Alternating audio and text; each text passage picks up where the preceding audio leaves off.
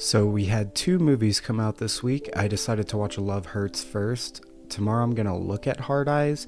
The reason I went with Love Hurts first is because the last two videos I did were horror/thriller, so I didn't want to do three in a row all in one, but one comment inspired me to just go ahead and do both, so I'm going to try and get Hard Eyes done here as soon as I can for y'all.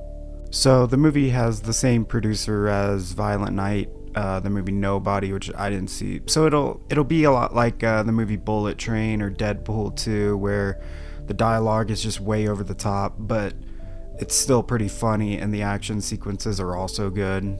The movie stars Huy Quan and Ariana DeBose.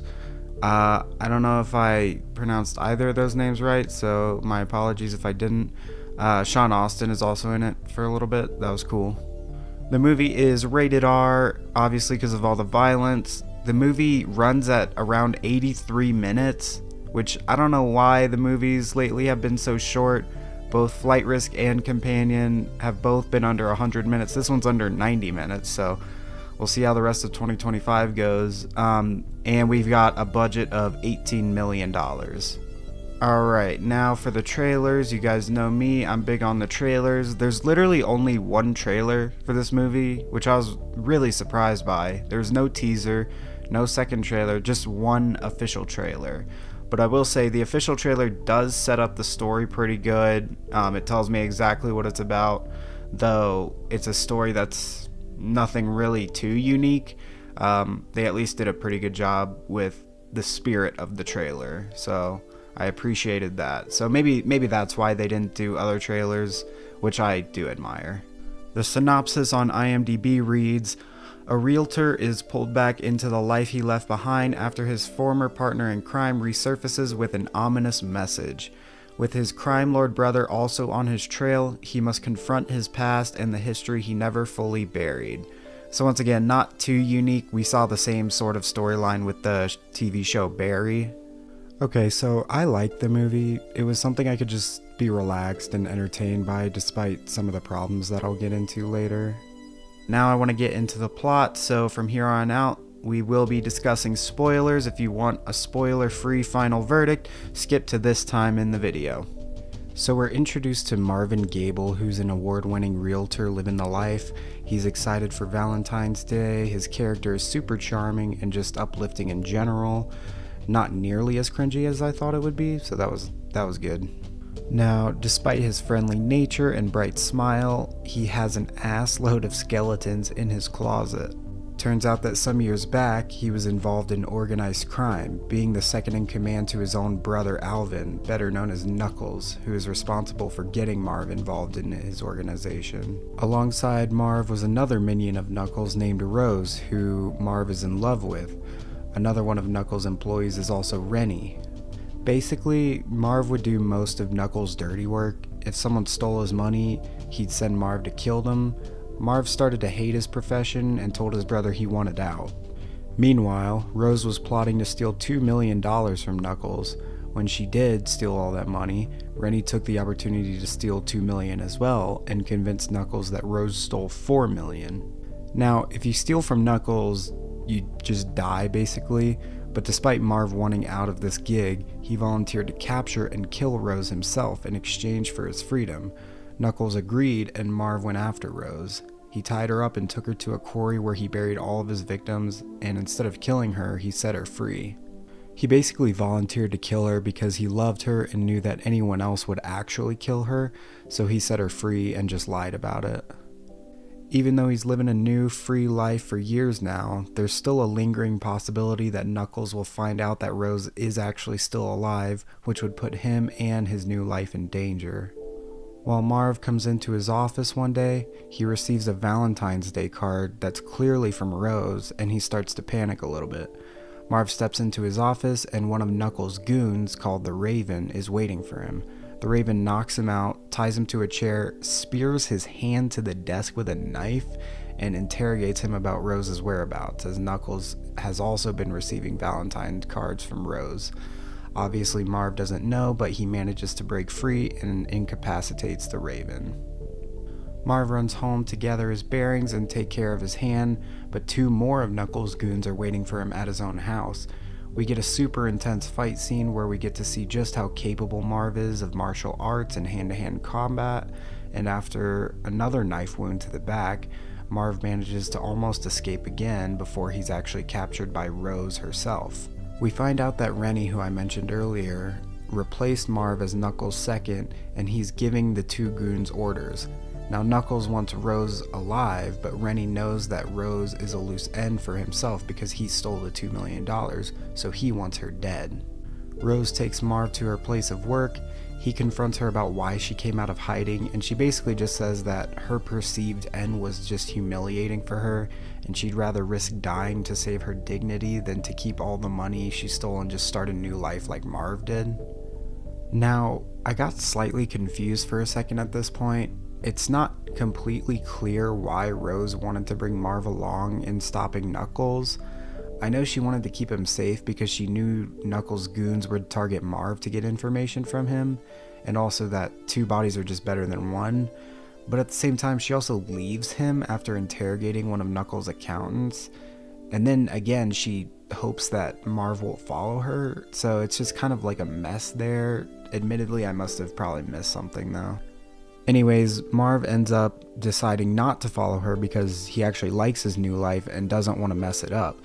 So instead he meets up with one of his clients to hopefully close on a house, but during that meeting, the Raven shows up again, but before he can shake Marv down for more information, Rennie's two goons ambush them at the buyer's soon-to-be home. Marv and the Raven agree that it's in their best interest to team up because the Raven wants Rose alive and Rennie wants her dead. We get another really intense action scene with guns this time, and Raven slashes the two goons up, but somehow they live after all that blood loss. Anyway, Marv realizes that Rose is right, hiding isn't living, and he must confront his past, and to do that he also needs to confront his brother. So he goes to Knuckles' front business where Rose has already arrived and a bloody Rennie is dying after presumably being beaten when Knuckles found out that Rennie stole his money too. Marv and Rose take out all of Knuckles' men, and finally Marv confronts his brother. We get one last hand-to-hand combat scene and Marv defeats his brother. Rose discovers that while she and Rennie were stealing just a few $1 million, Knuckles was actually stealing far more from his partners and clients. Rose tips off one of the organizations and they take Knuckles away. His fate is kind of just left ambiguous. On their way out, Marv confesses his love for Rose, they share a kiss, and credits roll. Okay, now I liked it. Everyone in the theater, which by the way there had to be at least a 40-year age gap between me and everyone else for some reason, but anyways, everyone in the theater seemed to like the movie. It reminded me a lot of Shang-Chi, but more violent and just a little bit too quickly paced is all. I liked it mainly because it was entertaining. The choreography is really good, the stunts are excellent, though sometimes they are cartoonish and obviously over the top, but I'm actually okay with that because the producer on this film, David Leitch, it seems to be kind of his signature style. Like in Violent Night, you have Santa stabbing a dude in the eye with a Christmas tree star, and in this movie, the villain is stabbing his enemies with a drinking straw. So, unlike most other critics out there, I'm not just going to sit here and pretend like that's not funny and entertaining. And the dialogue is also a bit over the top, though way less so than I was expecting, which is just another signature style in Leitch's movies. The dialogue seems pretty cringy, but it's actually still pretty creative and entertaining at the same time. I thought the theme and underlying message was good as well. It wasn't just a cheesy like romantic theme Valentine's Day movie that you get every year, but instead it was a little bit deeper, and it was about second chances and how you can never not address your past behaviors. The characters were also good, but I honestly just really wish we could have gotten more time to get close with them, as not only is the movie incredibly short, but it feels incredibly short too, which is definitely the movie's biggest problem, I think. I understand there was probably a reason why the movie was so short, but this time the movie is definitely going to take a hit for it because it didn't have to be that way. I personally would have enjoyed it if we got to see exactly how Marv got in so bad with his brother. I know the whole backstory is like kind of explained and there's a couple of brief flashbacks, but I definitely would have rather have seen it firsthand, as well as maybe some more romantic tension between Marv and Rose.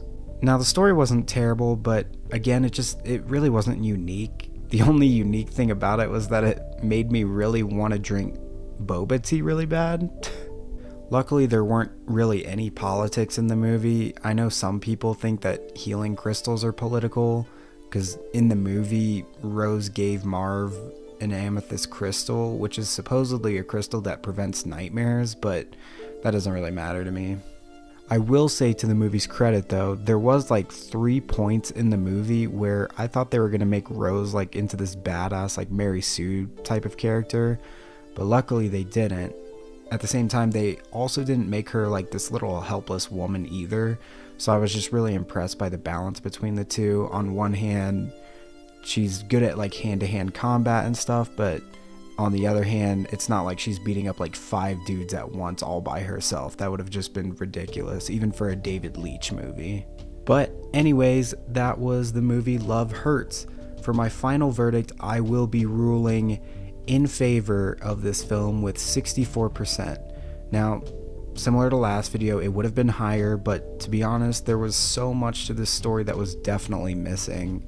I liked Marv, but by the end, he was still more of an acquaintance to me, if you will.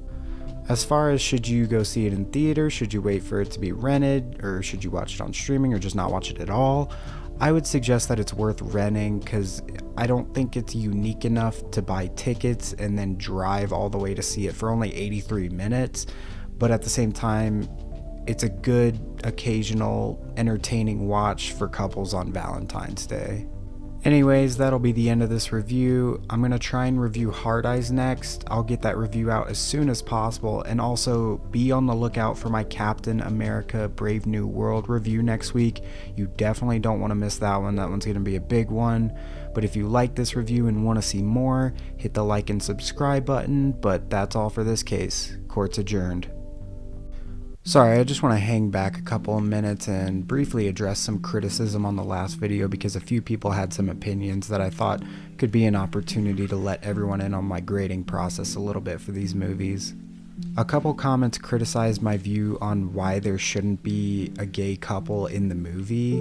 Look, one, I understand that being gay isn't inherently political, but with how consistent it is in media the last 4 to 6 years, and how society has quite literally injected it into politics, it's no coincidence. It's not something I can ignore. That's why I called it political. It's literally the same as like people calling Christianity political. Like, it shouldn't be, but unfortunately it is. That's what I'm getting at. 2, I think that as a writer, if you really need to put a gay couple in media, it should have something to contribute to a story that straight couples can't contribute. For example, Amazon's Jack Ryan actually understood this. There's a scene where the villain is revealed to be gay and hooks up with another guy. Then the next morning, he uses the guy he hooked up with as a decoy of himself for the authorities to chase after. That's something that straight couples couldn't do, and I will give that credit where it's due.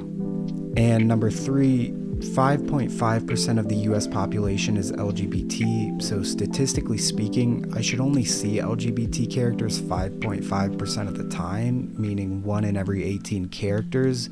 But because that's pretty complicated to objectively decide what constitutes being LGBT and what constitutes being a character, my ruling will be that I should only see 1 openly LGBT character every 10 films. Not just individual LGBT characters, but openly LGBT characters. If this formula stays consistent, I won't deduct a score just for the existence of LGBT characters, but I will still point out the on-the-nose writing and just blatant propaganda regarding it. If it's too consistent, I will still deduct a score. Someone also said that it was the least impartial review they've ever seen in a while. I mean, I just disagree, because to me, a biased interview would be if I went like, oh gosh, a gay couple? Final verdict, 0%. I am out of this theater. But that's not what I did. Instead, I actually ruled in favor of the film. I put my differences aside and said, well, there are some problems with the movie companion, but I can't help but be entertained by it, so I'll give it a 68%. If that's the least impartial review you've seen in a while, I think I know exactly where you're getting your reviews from. I think the reason why this was just kind of frustrating to me was because, I spent a lot of the video complimenting the movie. I said that I didn't hate it, I said the premise was excellent, and I thought it was a unique idea. I complimented the movie so much, but people had nothing to say about that. I literally ruled in favor of the movie with 68%. So I just don't understand. If you only read the comments on that video, you would think that I gave it like a 17%, but that's just not what happened. Look, I'm gonna keep it real with you guys. I'm not gonna dilute my content like so many movie critics do just to be on the safe side of everyone's opinion. I'm not gonna do that. I'm gonna keep it real with you guys. But anyways, that's all I gotta say. See y'all next time.